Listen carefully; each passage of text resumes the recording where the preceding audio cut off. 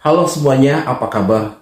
Semoga selalu dalam keadaan yang sehat dan tetap semangat. Nah, di video kali ini saya ingin sharing ke teman-teman semua tentang kenapa sih motivasi itu suka naik turun. Atau ketika kita terinspirasi untuk meraih sesuatu, untuk meraih sebuah kesuksesan, kita ngelihat kesuksesan orang lain, kemudian kita termotivasi, itu rasa motivasinya cepet banget turunnya, ya. Jadi nggak stabil. Mungkin sehari, 2 hari ketika Anda baru saja mengikuti workshop, mengikuti seminar, Anda motivasinya tinggi banget, semangat banget. Tapi sudah 2 hari, 3 hari, 4 hari, drop, turun. Itu kenapa sih? Ya, itu kenapa terjadi? Dan kalau motivasi naik turun, otomatis apa yang ingin kita capai, apa yang ingin kita kejar, itu kan juga turun, ya, turun juga. Nah, problemnya adalah ketika teman-teman sudah setting goals, sudah membuat sebuah perencanaan dalam hidup, lalu motivasinya turun, maka setting goalnya itu pelan-pelan akan terabaikan, pelan-pelan Anda tidak ketat lagi, pelan-pelan Anda akan turun dan akhirnya tidak tercapai sebagaimana yang Anda harapkan. Bahkan mencapai sesuatu yang melebihi target itu tidak terjadi. Kenapa ya? Karena tadi teman-teman semua, motivasinya hilang, motivasinya turun. Nah, jadi di video kali ini kita akan membahas kenapa motivasi itu suka turun, ya, dan bagaimana solusi untuk menstabilkan diri agar kita tetap konsisten pada goal, pada rencana yang sudah kita tetapkan. Nah, mudah-mudahan video kali ini bisa membantu teman-teman agar nanti punya kekuatan yang lebih untuk bisa mencapai goals, pencapaian yang ingin Anda raih. Oke, kita bahas. Teman-teman semua, bahwa motivasi ketika kita terinspirasi oleh pencapaian orang lain, ketika kita terinspirasi oleh filosofis hidup orang lain, bahkan juga mungkin teman-teman terinspirasi oleh video yang saya sampaikan, maka teman-teman harus paham bahwa terinspirasi itu kan datangnya dari luar, ya. Kita melihat orang lain, kemudian kita termotivasi, kan begitu, ya. Lalu sesuatu yang datang dari luar itu biasanya tidak betul-betul melekat dalam diri. Teman-teman ingin sukses, ya. Teman-teman ingin punya penghasilan 10 juta per bulan, 50 juta per bulan. Tetapi betul enggak? Komit enggak untuk teman-teman bisa mencapai itu? Ya. Teman-teman termotivasi ingin membangun bisnis. Teman-teman termotivasi ingin menulis, tapi komit enggak? Kan gitu. Karena tadi komitmen atau tidak kan, kalau teman-teman berdasarkan pada motivasi pasti turun, ya. Mungkin ketika teman-teman masuk pada ruangan motivasi, itu kan kena dampak, ya, kena dampak emosi kita, psikologi kita, karena akhirnya apa? Ikutan semangat. Tapi kalau sudah dihajar dengan problematika kehidupan, ya, kemudian harapan-harapan Anda tidak sesuai dengan kenyataan, Anda malas, Anda lagi mungkin berantem, Anda mungkin lagi cekcok, maka motivasinya bisa turun gitu. Maka mencapai sesuatu, ya, meraih sesuatu, menurut saya, maka bangunlah bukan dengan motivasi, ya. Bangunlah bukan dengan motivasi dan semangat yang datang dari luar, ya. Tapi bangunlah kesadaran tentang masalah yang kita hadapi, ya. Masalah yang kita hadapi, ketakutan yang ingin kita selesaikan, ya. Jadi perbedaannya, kalau kita termotivasi artinya kan sesuatu yang datang dari luar kemudian menghajar motivasi kita, kemudian kita jadi semangat. Tetapi itu juga berlaku sama ketika teman-teman menyadari bahwa ada masalah, bahwa ada hambatan-hambatan, kekhawatiran yang ingin teman-teman lepaskan, ya. Ngerti nggak perbedaannya? Jadi menurut saya yang paling powerful adalah bukan sebatas teman-teman termotivasi, tapi coba berusaha untuk melihat, menyadari masalah-masalah yang ingin kita selesaikan. Misalnya, kalau teman-teman lagi dalam keadaan yang tidak baik secara ekonomi, ya, coba teman-teman renungkan, ya. Kemudian teman-teman visualisasikan masalah-masalah apa yang ingin teman-teman selesaikan, ya. Bahkan kalau saya suka membangun ketakutan dalam diri saya sendiri.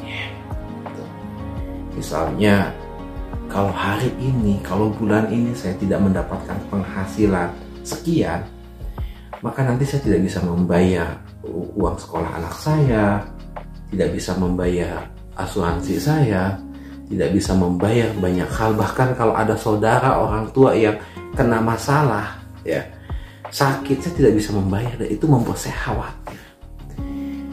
Jadi datangnya itu dari menyelesaikan problem kita, gitu.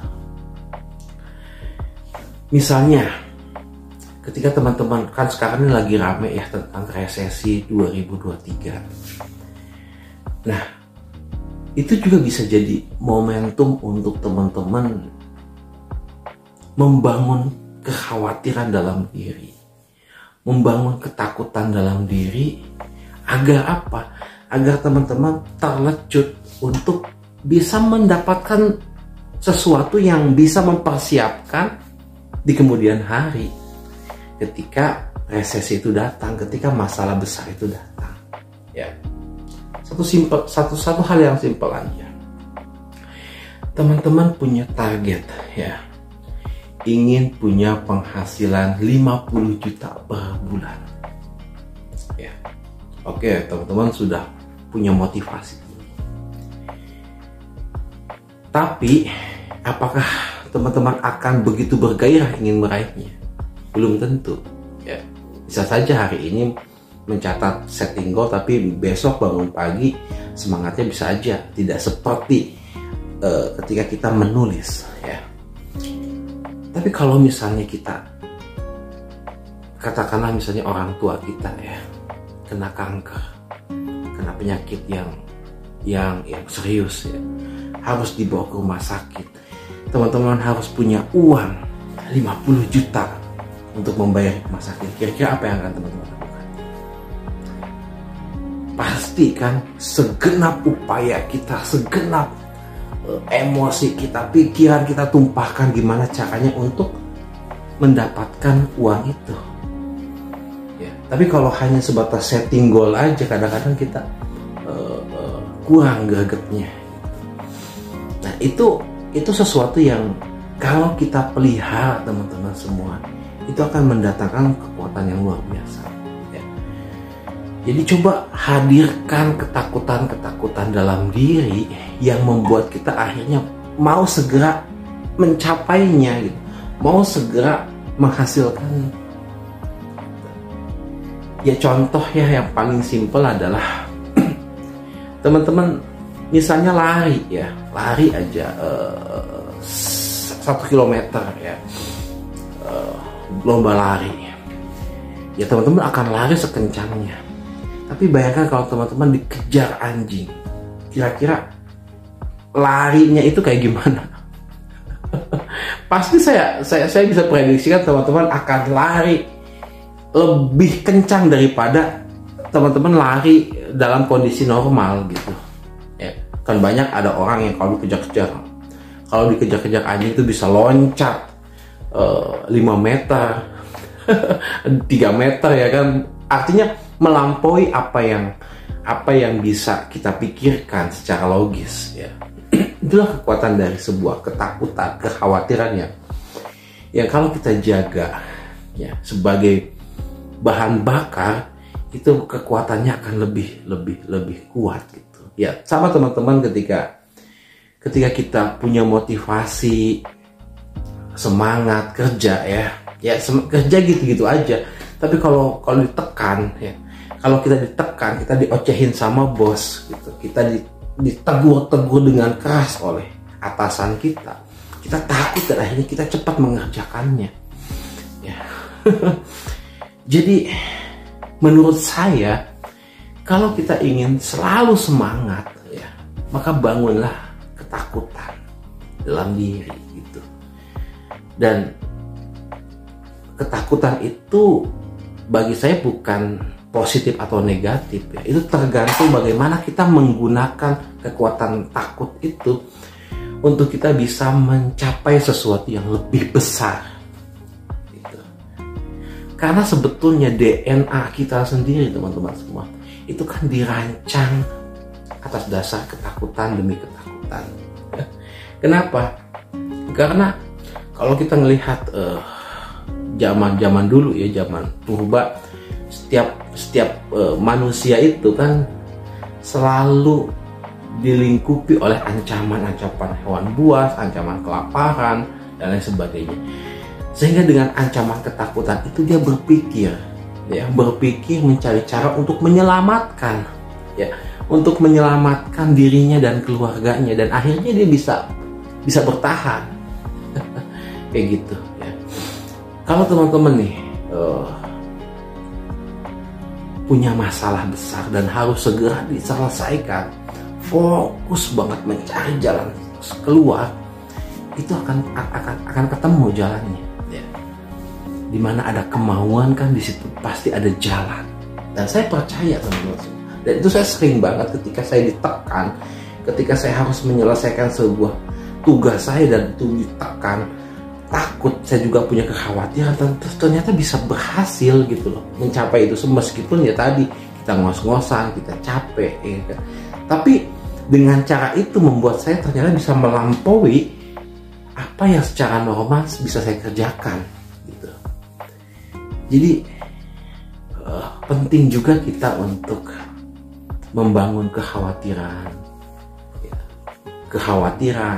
Ketakutan, agar apa? Agar kita bisa berlari dengan cepat ya. Kalau teman-teman punya goal 100 juta ya bagus itu, tapi bayangkan kalau teman-teman tadi keluarga misalnya juga butuh uang 100 juta ya, saya yakin pusat teman-teman akan menjalankannya lebih kuat gitu. Lebih gairah lagi ya. Jadi untuk kita bisa bertahan, untuk kita bisa membangun kesemangatan, maka tidak salah teman-teman untuk membangun juga kekhawatiran ya.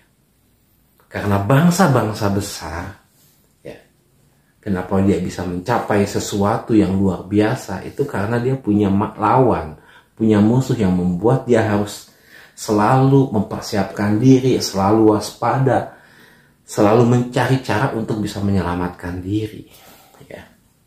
Dan kekuatan itu harus teman-teman miliki juga. Lalu gimana caranya? Nah, untuk membangun ketakutan dan kekhawatirannya, saya selalu melakukan refleksi. Ya, saya membayangkan misalnya ketika anak saya tidak bisa membayar uang sekolah, atau tiba-tiba istri saya sakit, orang tua saya sakit, saya selalu renungkan itu. Sehingga kadang-kadang membuat saya jadi ketakutan ya.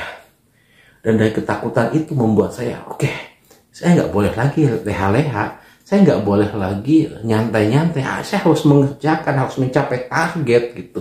Jadi lebih gila. Dan ketika saya fokus ya untuk menyelesaikan diri, untuk menyelamatkan diri dari kekhawatiran itu, ternyata saya bisa lari dengan cepat. Semoga ini bisa menginspirasi teman-teman semua, bisa membantu teman-teman semua untuk bukan lagi sebatas naik turun, tapi teman-teman bisa punya loncatan yang lebih luar biasa ya. Semoga bermanfaat. Terima kasih.